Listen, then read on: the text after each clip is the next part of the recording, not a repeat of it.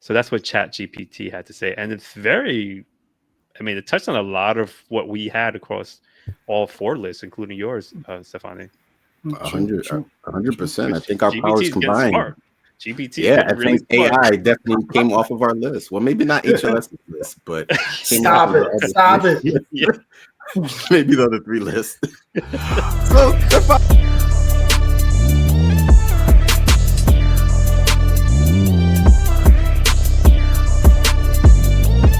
5, 4, 3, 2, 1.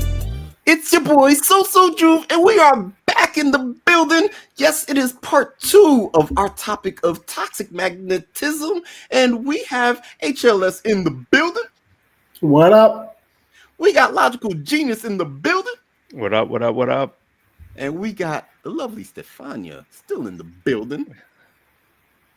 Hi.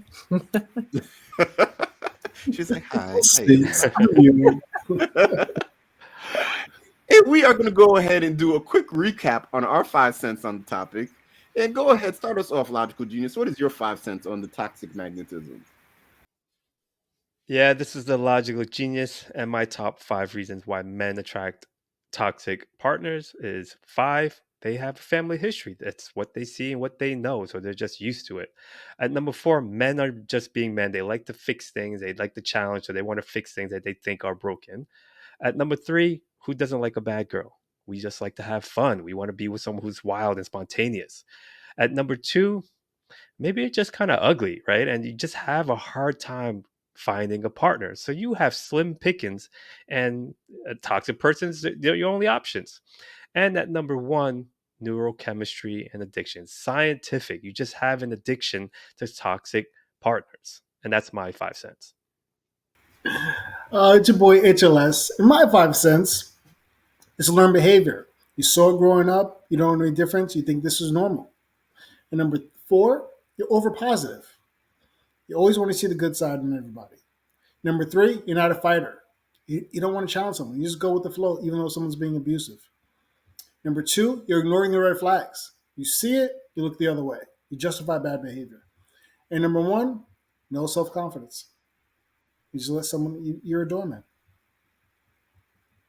All right. And my 5 cents on the reasons why men attract toxic partners. Number 5, the inability for the man to set boundaries. At number 4, you're a trigger and attraction for their daddy issues. At number 3, insecurity. At number 2, the man's mom was a toxic mom. And at number 1, you have the savior complex. So, Stefania, what's about to happen next is we'll get into a little cross-examination. So we're going to allow you the opportunity to ask us any questions for some clarity on our list. Okay. And I ask everyone, like, separately, right? It's Everyone. totally up to you. Whatever you need whichever to list. make a clear decision. Some lists might be so clear cut, you don't have to ask any questions. That you might not have to ask this question. So don't feel obligated to ask me anything. or ask him everything because it's not that clear cut, right? So, 100%. okay, so I'm going to ask you, HLS. Okay. Yes, because you mentioned in number 4 of your list, the man may be over positive. Mm-hmm. Mm-hmm. Please explain, what do you mean, like, when you're over positive, how can that contribute to magnetizing a toxic partner? Excellent question, Stefania. Got it. So when you're over positive, you're going to give someone the benefit of the doubt. You're always going to give them the benefit of the doubt, right? If someone does something completely outrageous, you're going to be like, no, it's okay. They didn't mean it. They didn't mean it. They really care for me. They just had a bad day, right? They're just behaving in a way that you always look for the silver lining. Hey, they dropped my food on purpose and they threw that food on me because I came home late. But at least they cooked, right? You're over positive. Always looking for the silver lining when sometimes it's not there. Yo, I hate that you changed your tone to try to make it sound like you said something smart. I don't understand what the heck you just said. What are you talking about? what do you- Throwing what the do you mean? food, throwing the What do you food away? mean? What? Right? So if I No, need don't to repeat repeat it it. Say again, it because it's always differently, you, please. social. It's Don't always repeat you it. who Because the first doesn't time I understand. heard that it was nonsense. Say it differently. If I have a toxic partner who slashed my tires, and I'm giving the benefit of the doubt, I'm looking for the silver lining. I need new tires anyway. They say I need new tires anyway. This is the reason why I need to buy new tires. That's so You looking? extreme. It's an extreme example because they didn't want to hear the one with the food. But you again, you're looking and you're ignoring and you're justifying and you're always looking for the silver lining. You're over positive. You're over positive. Stefania, I will tell you exactly what he is trying to say, which is actually my number 5, inability to set boundaries. That's what he's trying to say. No, But I'm he not. created this over positive. No, I'm I not. just don't see the connection at all. You're too positive. You're too positive.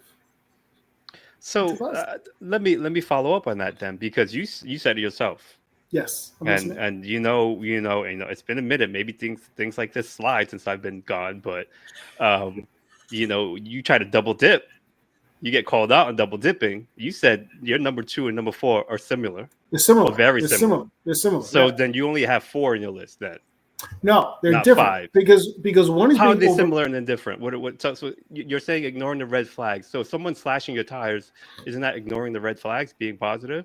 Is that no Well, different? so ignoring the red flags comes first, right? If you you could see someone's behavior and be like, you know what, that's not so bad. But once you're in it, that is like, well, you're justifying that behavior. You're too positive. You're too positive once you're in it because no, this person loves me. But when you're dating and you see red flags before you really get to know the person, it's different. You're choosing to ignore that. That's the difference. There's levels. There's levels. You doing hand gestures doesn't make any more sense than I what you're mean, doing. It doesn't. It this doesn't. one is better than this one. I didn't forget. I didn't forget. That works. And that works every time. But again, I don't think I don't think you cleared it, in my opinion. Like, I don't think you've distinguished your 4 and 2 enough for it to not be the same.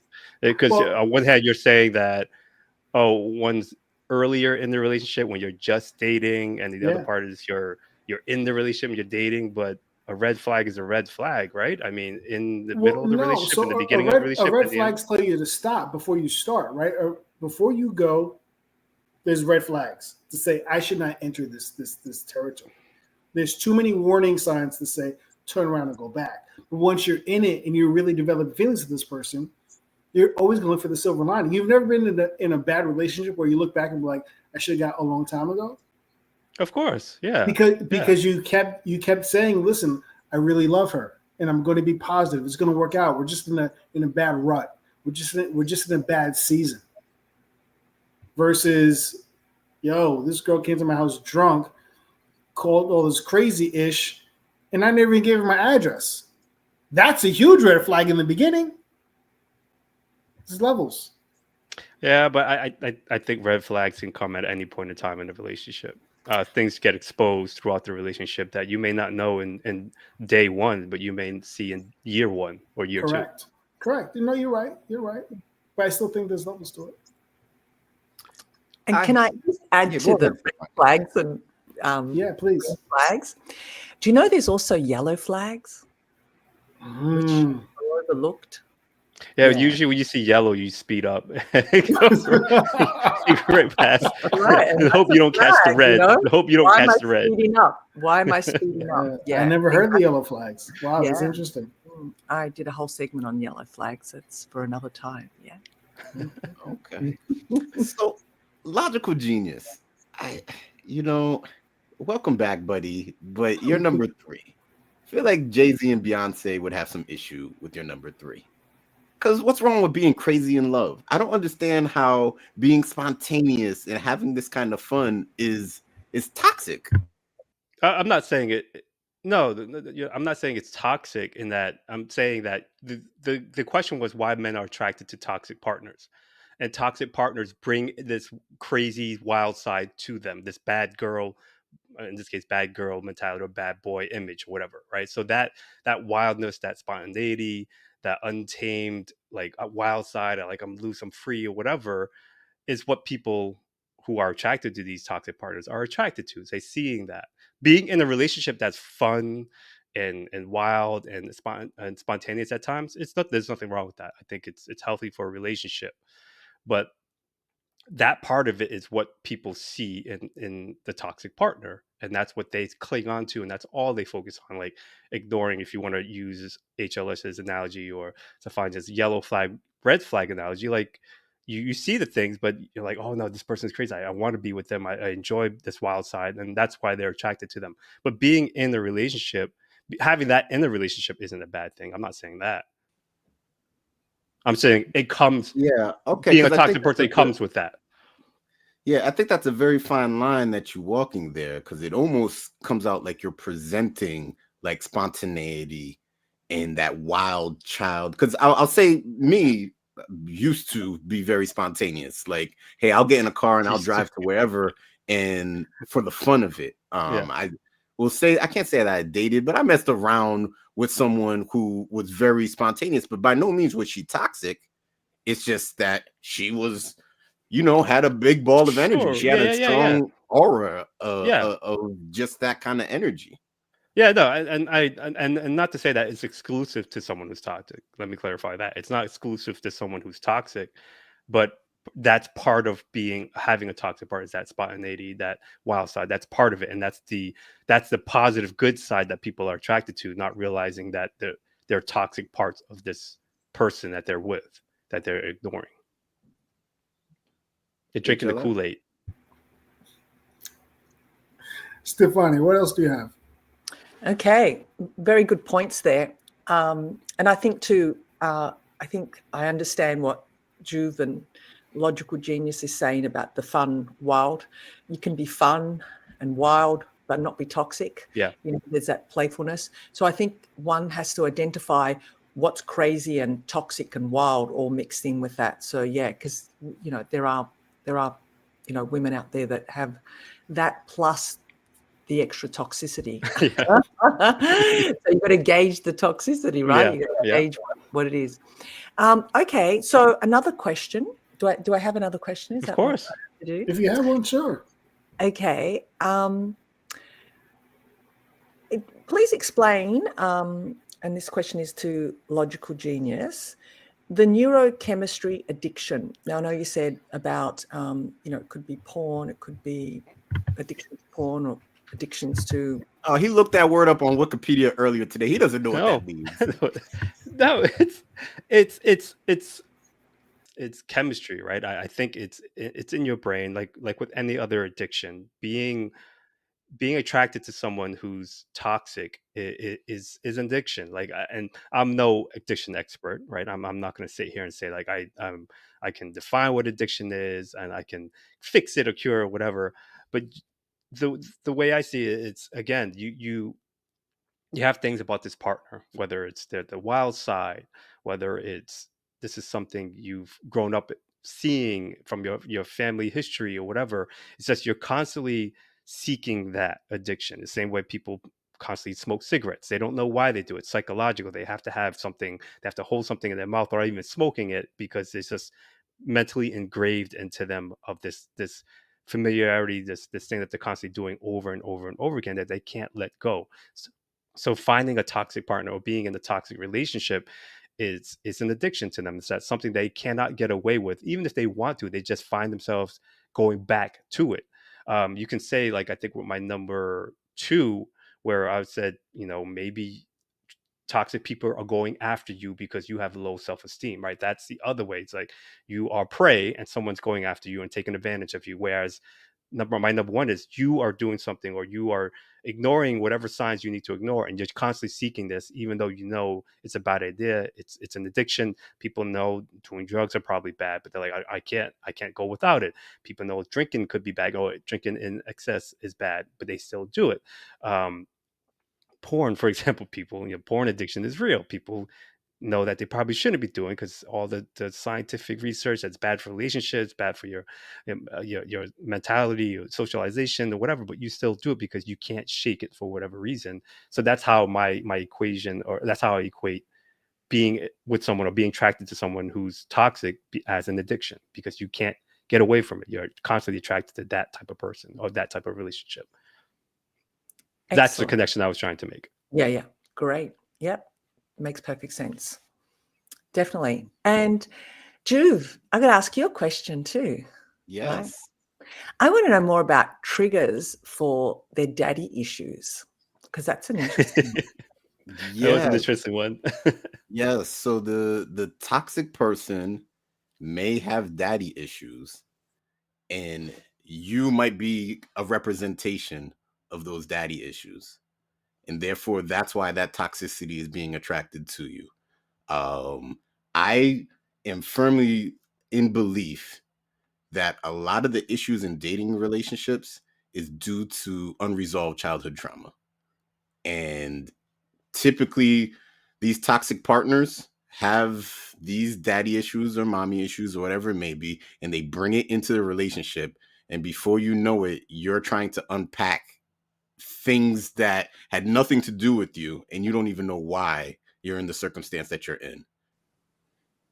Mm-hmm. Yeah. Great. Well, what I love about that is that at number 4, Soju went after the dad. And at number 2, he went after the mom. I'm like, so wait a minute. Why is there a skip between the mom and the dad? So why'd you skip? Why did you go 4 and 3 like back Just to say back? Why'd you parents. skip? Just say Yeah, parents. and why is mom so high in your list? I mean, aren't moms supposed to be the greatest? Like, what's going on here? Yeah, no. So I actually knew that was going to come up, because there's a difference between the two. The daddy issues is the toxic partners. Partner, okay, Okay. And then the mommy issues is the is the individual person? yourself. Okay, Me as the man having a toxic mom, yeah, I'm now attracting a toxic partner. Mm-hmm. Okay. Way to worm yourself out of the hole. And No, unresolved. I already knew. Like, they're going to ask and they're going to say, why isn't it? There's a difference between the two. Mm-hmm. Okay. Great. So, Stefania, I'm feeling like it's decision time. It is, isn't it? Oh my. We want to know who is in third place. Who has the worst list? Okay. This is difficult because you've all got very, valid points. They're all very, very important and valid. So you don't make it easy. Yeah. Okay. I would have to say HLS will come in at first. Oh my God, Stefania! How, Stefania? How? I mean, damn. I've been gone for a while, but nothing's changed apparently. I mean, jeez. I'm sorry. The consistency that comes out of you, boy. I freaking appreciate it, man. You My are good. goodness. Wow. My goodness. It's nothing I figured. personal, okay? It's Oh, just don't. I like you. I think you're a nice Stefania, guy. the number one rule is you do not apologize. You do not need to apologize for garbage lists. Like, what's the dump truck? Somebody back up the dump truck for this list, please. That's where it belongs. Stefania, who do you have as number 1? Who beat me? Who beat we don't me? care about number 2. We don't care number about 1. number 2. Oh, okay. Again, this is going to be really difficult because the remainder of the 2 have got great lists as well. But I have to decide, right? So Yes, you do. I have to go with Juve. The champ is here. We bring the logical genius to remind him that the champ is here. Thank you, Stefania. Thank you. I know what I'm talking about here. I know. Thank you. So, Stefania, why did you pick Soju for number? What was intriguing about his list? Like, what did you gravitate towards? I think because he had very valid points. I mean, you all had very valid points, but they're also very similar to mine, which I really find them fundamental. Okay. And inability to set boundaries is very, very important, because if you can't set a boundary, but not only with that other person, yourself, because a boundary first starts with yourself. Because how many times have we set boundaries and they're broken? Why are Do they we broken? even set boundaries, right? That's even the Or do we question, even right? set boundaries? Yeah. Exactly. So therefore, setting that boundary with self is so important first, to then be able to set boundaries with others. So I have to say that's key. And I know, it could have also gone in with, what HLS said, with No, ignoring red don't flags. try to make him feel Yeah, better. not the You don't over have to worry positive. about that, Yeah, don't please. try to over positive this. Don't. No, Oh, he's used to it. He's used to it. I've been gone for a while, but apparently nothing's changed. um, yes, the triggers for mummy issues, and that's why I wanted to clarify the daddy issues, which Hmm. is quite a valid point, because again, as men, if we've had the males model to us, if we've had dads or uncles model to us how we're treating these women, we are then going to come across as being also, when you said the savior complex, where you want to save them, which can also come into trying to fix them. But Hmm. saving, being the rescuer, can be really dangerous. And you're creating grounds, fertile grounds for toxicity when you're doing that. So it's very, very important. And of course, insecurity. When we're not sure of who we are, and we don't know our values, we don't have clarity around that, we have that perfume. You described it as being, that woman's going to smell it. She's going to smell it from miles away. Blood in the water. She will pick you without you even opening your mouth. Yeah. So insecurity, is one very major one. So that's why I picked groove. So, Stefania, what we want to hear is we want to hear your 5 cents on the topic. What are your top 5 reasons? Okay, my top 5. So I start. It doesn't matter how I pick them, or the one that's the least, I guess. Yeah, if you're able to go 5, 4, 3, 2, 1, Okay. that works. So I would say unresolved childhood patterns was definitely on my list, because early life experiences often shape the relationships we're going to attract into our lives. So if you grew up in an environment where love was conditional or unpredictable, you may think in that way, that, that scarcity mindset, that in that fight or flight, in that primitive mind way of thinking. Number 2 has to be the savior, being the rescuer, having that savior complex. And as I said before, men can be really empathic, even though they may come across as being the macho type, but deep down, they're very soft. They're beautiful. I work with men all the time. So it's that part that, I guess, shines through. And if that woman is quite good at getting to that vulnerable side of him, he's going to want to feel like he wants to rescue her and be someone that's going to save her. And that's a red flag. And that also is, feeding and attracting toxic relationships. Number 3 would have to be low self-worth. So, having that confidence. Hmm. Men with unresolved, um, whether it be childhood issues, unresolved issues with parents, often have low self-esteem. They're not believing in themselves. They're doubting themselves. They don't have clarity. So they're going to be attracting women that are preying on that, because she's going to make him feel good. She's going to make him feel amazing. He's the one. He's the best. He's the best at everything. He's best in bed.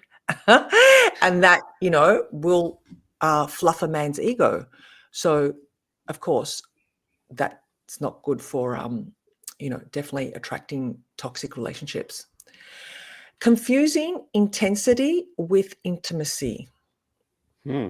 I Ooh, think explain that that. Yeah, that it's can an be interesting quite one. a tricky one. That's a good one. Yeah. Where toxic relationships often start with high emotional intensity, yeah, which can be mistaken for a deep connection.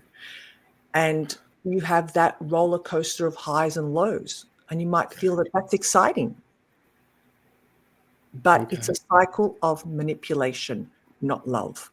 So that's where it can be a little confusing.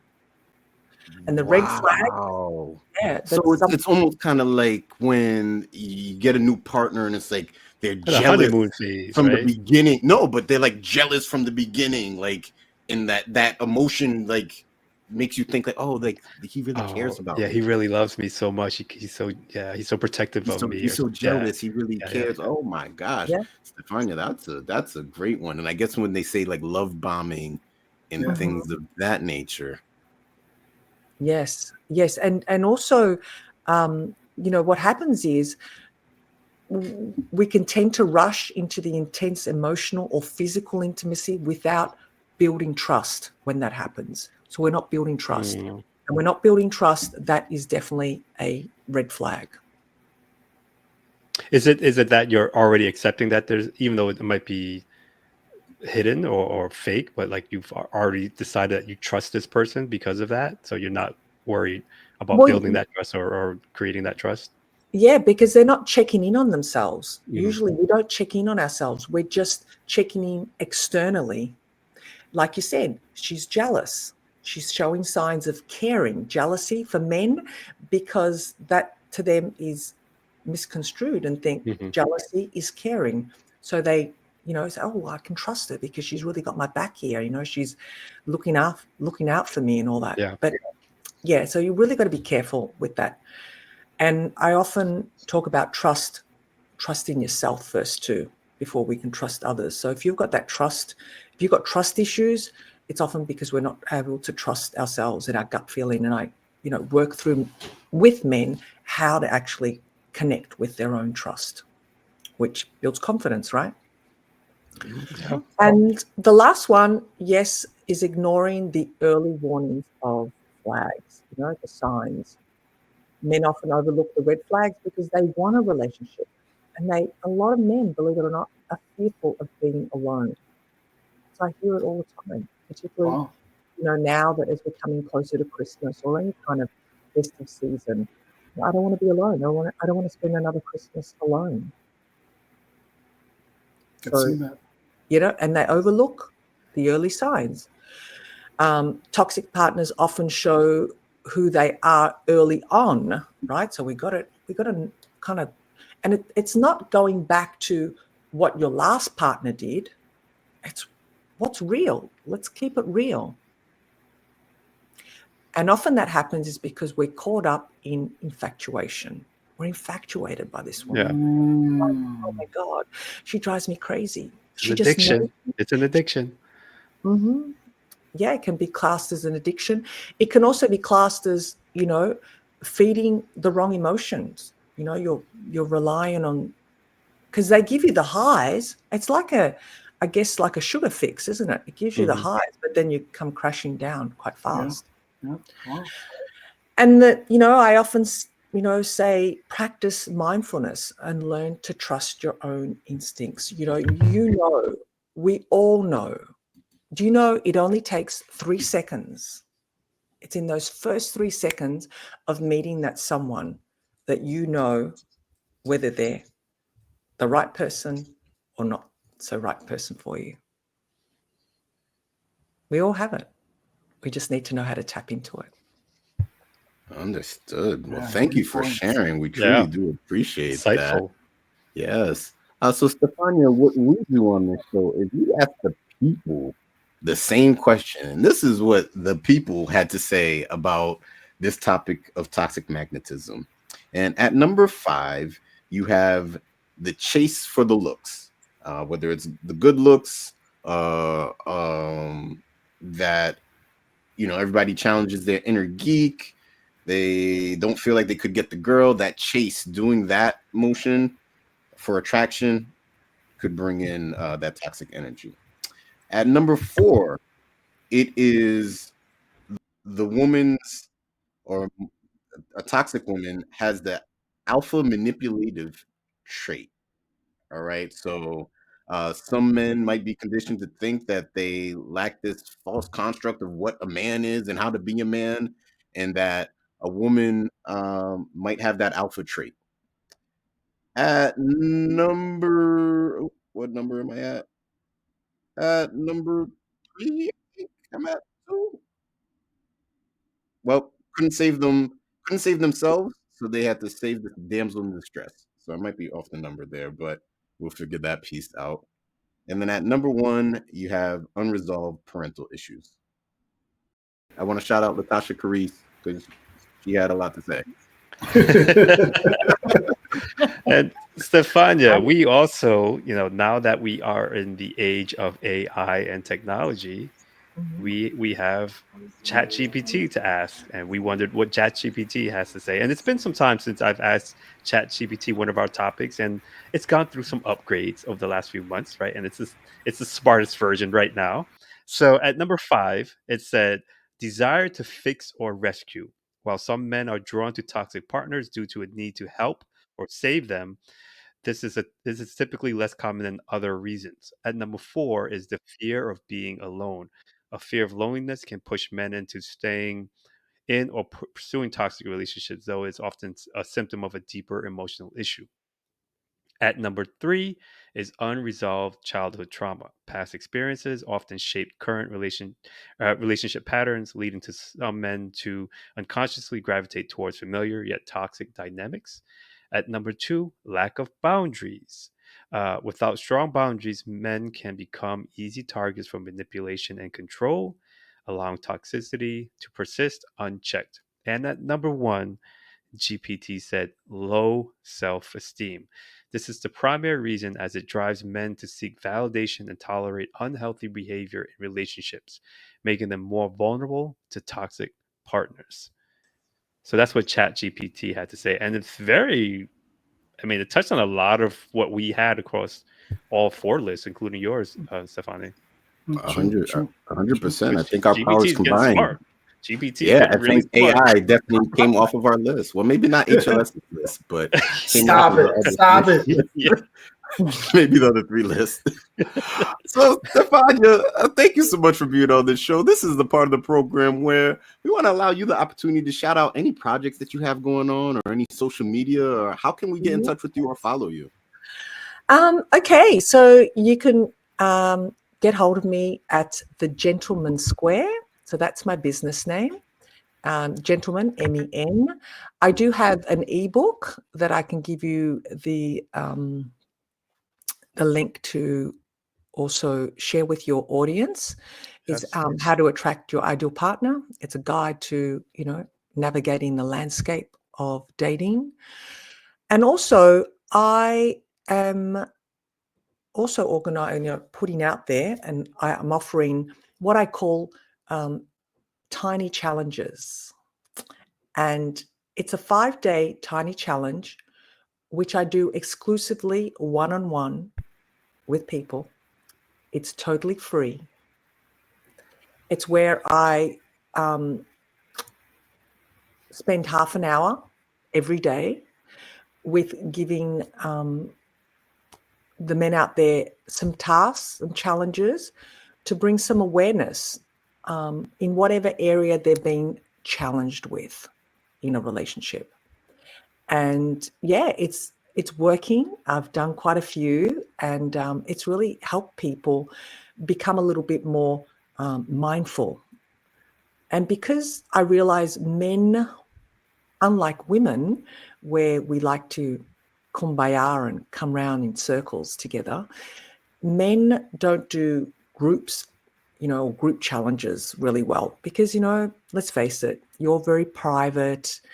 You're all very dignified. No guy's got a problem out there. Pride, 100%. A And group challenge is taking it out on the basketball court or something like that. Right? yeah, that's a different type of challenge, right? But when it comes to personal challenges like this, I think this is where I feel that it really works because they're working just one-on-one with me for 5 days, and it's fun. It's engaging and brings a lot of awareness, and you get to get your questions answered, your personal questions. So I can give you a link to that, or they can reach out to me directly through email. We just hop on a call and take it from there. It's totally free. I know it sounds really weird, but it's. I feel that there's a lot of men out there that have, want to reach out, whether it's to me or other, coaches. And being a female, I feel that I can bring the female perspective, a balanced perspective, because as I say, I'm not a man, and I know male to male therapy is really, really good. However, men are ultimately after women, right? So they want to know how a woman feels. A man can only give you a man's perspective. And I'm not here to tell you how to feel as a man, but I'm certainly here and able to be the advocate of how a woman can feel or might not be feeling. You might have 3 people on from the show joining this challenge pretty soon. Yeah, clearly I need to sign up. Welcome. What's that? Clearly I need to sign up. Yeah, please do. That would be, I mean, I love it. And as I said, I do love working with people one-on-one, and it gives you more of that personalized, that touch. Yeah, absolutely. Because we're all got, we're coming from different journeys. We're traveling through life in different, levels, as HLS said. Good. Thank you. I love this show. Oh my God. We're going to go ahead and say good night to the people. HLS, please kick us off. Stefania, I love you, but you stepped in the wrong direction. But we'll talk about it on our one-on-ones. Okay. Great. I look forward to it. All right. And Logical Genius, please go ahead and say good night to the people. Stefania, thank you for being on the show. You almost made the logical choice, but I won't fault you for that. The ring rust is real. To my genies, I'll do better next time. Thank you. Thank you.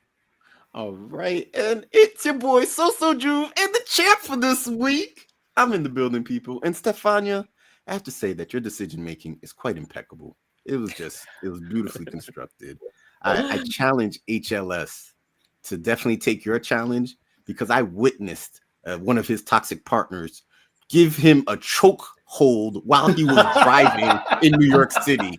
And my life flashed before my eyes. If there's anybody that needs this challenge, Stefania, it is definitely business is definitely. We were almost in the street off of the bridge over there on the east side. He was choking on something, so it was helping. So the positive side of it was like, who's choking? So it was trying to get.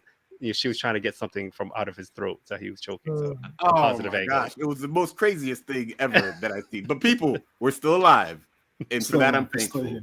Good night. And Stefania Puleo. Puleo. Oh, Puleo? Puleo. Okay. Stefania Puleo, please say good night to the people. Yes, good night to everybody, and thank you once again to HLS and Jude and Logical Genius. You've all been great. It's been fun, and I've thoroughly enjoyed myself. Thank you. And bye to the audience.